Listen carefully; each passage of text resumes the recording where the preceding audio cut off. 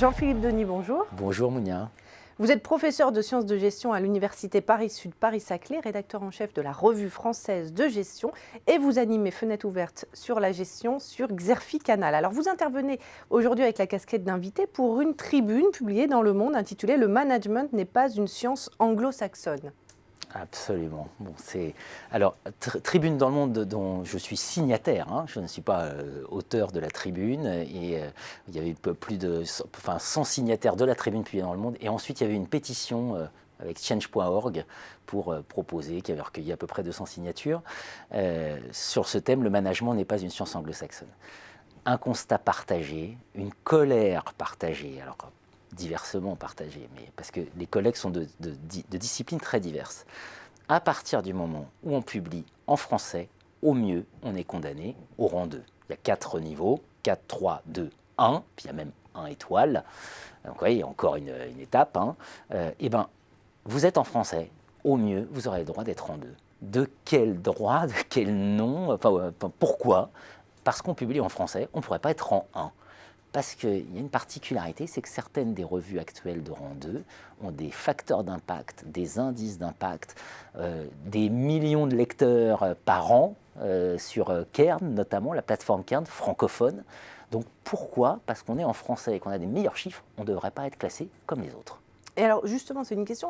En fonction de quoi est fait ce classement? Est-ce que vous pouvez nous réexpliquer pour ceux qui ne savent pas? Alors pour le classement, bon, comment on classe une revue scientifique? On parle bien des revues scientifiques. Les revues scientifiques, elles sont classées d'un côté sur la qualité de leur production. Alors il y a tout un tas de critères subjectifs qui figurent dans le comité éditorial, la gouvernance de la revue, est-ce que les collègues sont plus ou moins prestigieux, voilà, ça fait partie des...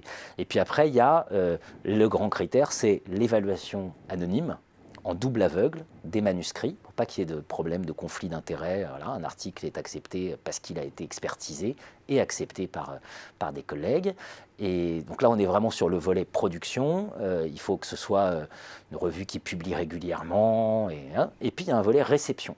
Et le volet réception, ce sont les indices d'impact. Est-ce que la revue est influente? Est-ce que les articles publiés dans la revue sont cités dans la communauté scientifique? Voilà, à quel degré? Et on compare les revues les unes avec les autres. L'objectif de ces listes, il y a la liste du Collège scientifique de la FNEJ, il y a la liste de la section économie-gestion du CNRS. L'objectif, c'est de permettre à des auteurs de se repérer, c'est-à-dire savoir s'ils soumettent à tel support, comment ça va être pris en compte, évalué aussi en termes de qualité de publication, et ça peut être important pour leur carrière. Et alors pourquoi est-ce que vous ne feriez pas comme les juristes qui, je crois, refusent ce classement? Les juristes refusent des classements. Les juristes disent, nous on travaille sur la norme, donc il est hors de question qu'on se soumette à la norme. Enfin, tout est dit. Les sociologues refusent des classements. Enfin, il y a plein de disciplines qui refusent des classements. Nous, on est dans la mouvance, et c'est pas anodin, dans la mouvance des économistes. Donc voilà, les économistes, il y a quand même une économie orthodoxe. Cette économie orthodoxe, oui, je peux concevoir que de leur point de vue, la science est internationale. C'est un peu comme en finance, les cours de bourse, etc. On peut faire des super thèses dans tous les sens, sur des milliers de cours. Et donc finalement, ça ne dépend pas du lieu. Et puis, si on va vers des choses un peu plus singulières, où les singularités comptent, on se rapproche des univers artistiques, cinématographiques, musicaux, etc., où on sait très bien que la diversité culturelle est extrêmement importante.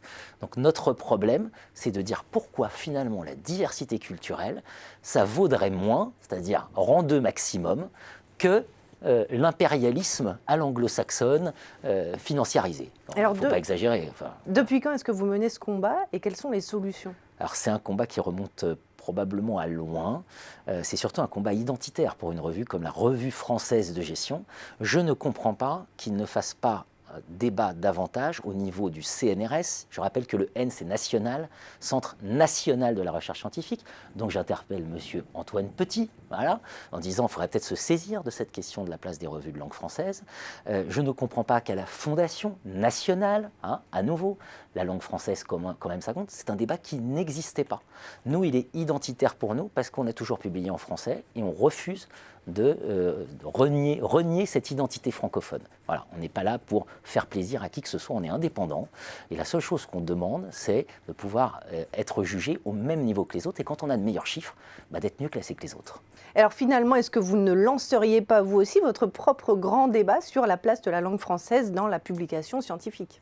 Ça me paraît une excellente idée. Donc, s'il devait regarder cette émission, j'invite Emmanuel Macron, notre président. Hein, je crois qu'il a beaucoup dit qu'il était très attaché à la francophonie, qu'il en faisait même un sujet stratégique.